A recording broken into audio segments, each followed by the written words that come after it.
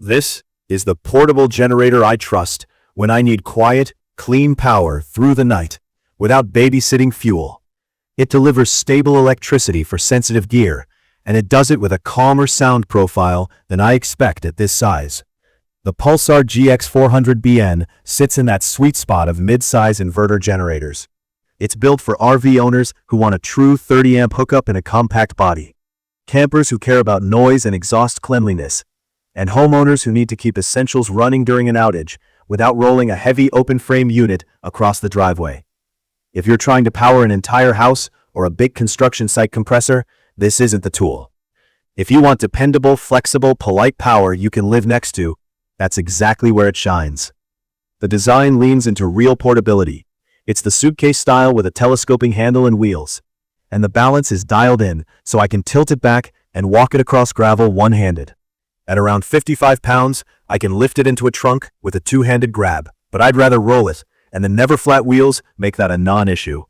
The shell is a tough plastic that shrugs off scuffs and doesn't mind a little drizzle. The control panel is laid out the way I wish more brands would do it.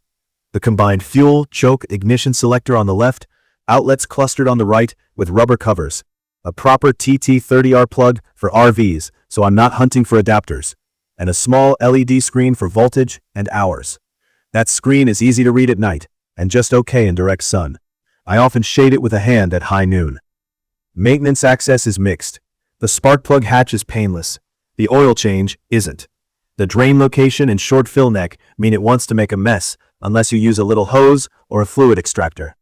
It's not a deal breaker, but it's the one design choice I mutter about every time I service it. Setup is straightforward. On gasoline, I added oil, filled the tank, set it to run, and it fired up with a few pulls on a new engine. On propane, there's a technique that saves frustration. If I don't purge the air out of the hose after swapping tanks, I can be pulling the cord more times than I'd like before it catches. Loosening the hose at the regulator for a moment to let gas push the air out, retightening, and then starting cuts the pull count down dramatically. Once it's running, Eco mode lets the engine settle into a lower, smarter pace when the load is light.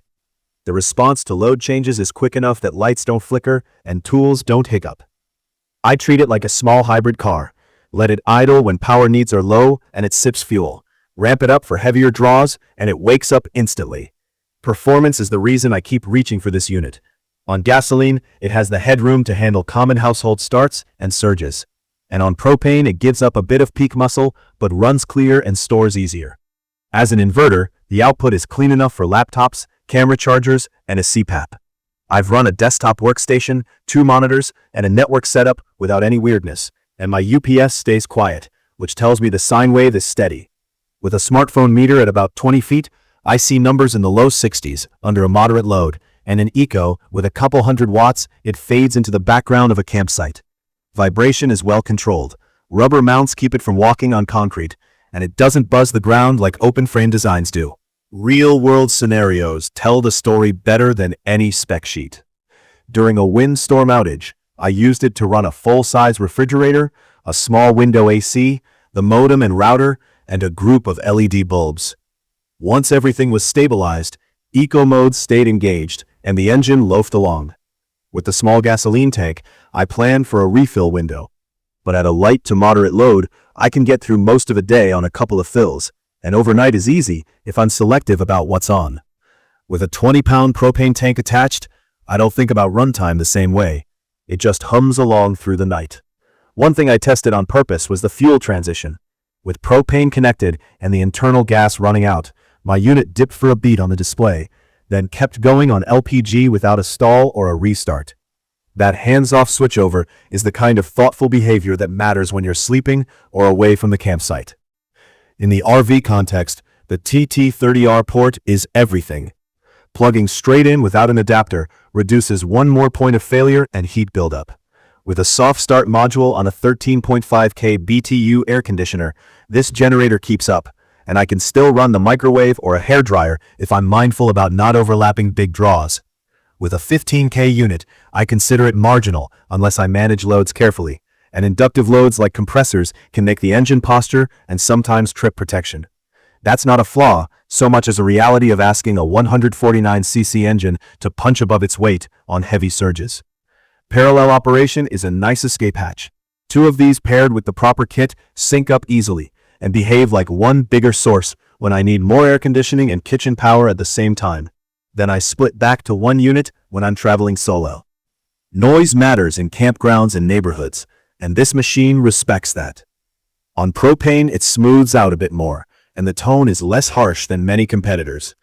I can have a normal conversation nearby, and I've never had a host knock on my door about quiet hours when I set it 20 to 30 feet away and point the exhaust in a safe direction. Safety-wise, the CO sensor is a good guardian with a bit of personality. I did have one nuisance trip when wind pushed exhaust toward the intake side, so I learned to angle it based on breeze and keep it clear of walls or awnings. I'd rather deal with that learning curve than risk running a generator too close to living spaces. A typical use case for me is a summer weekend RV trip with temps in the 90s. I start on propane to avoid gasoline smells and to keep the carbs spotless. Morning coffee, induction cooktop for a quick breakfast, camera batteries charging, fans going, all fine and eco. Midday when the sun is on the rig, I'll kick on the AC. With soft start installed, the compressor comes up without drama, eco mode drops out as expected, and the engine ramps quickly. If someone flicks the microwave at the same moment, I've trained myself to pause the AC or wait a minute. Once the AC settles, the generator sits in a steady rhythm. At night, I'll run a CPAP and a few lights, and barely hear it outside the trailer. There are a few smart touches that make living with this unit easier. The LED display showing hours lets me stay on top of oil changes without a notebook. The covered outlets keep grit and drizzle out when I'm at a dusty site or a damp tailgate.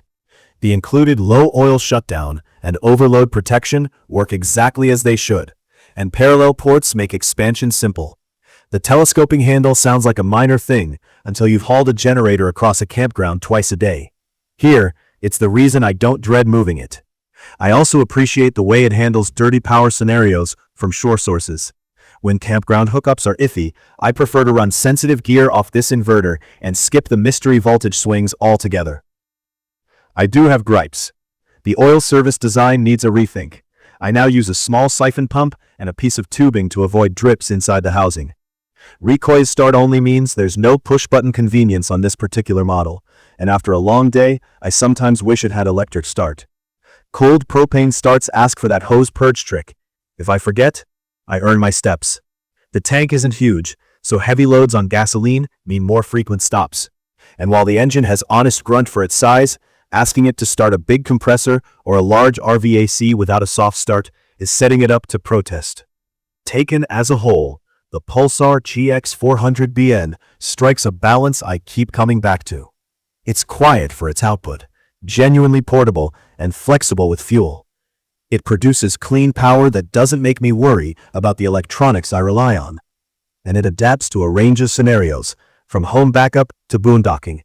If you need to run multiple high-surge appliances at once, you'll either want to add a soft start, plan your loads, or consider pairing two units.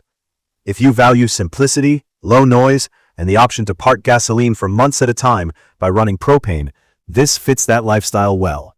I'd recommend it to RV owners, campers, and homeowners who want reliable essential power without a lot of drama, and who don't mind learning a couple of small routines that make the experience smoother. Check the comments of this video for a link to see the current pricing of the Pulsar Products GX400BN.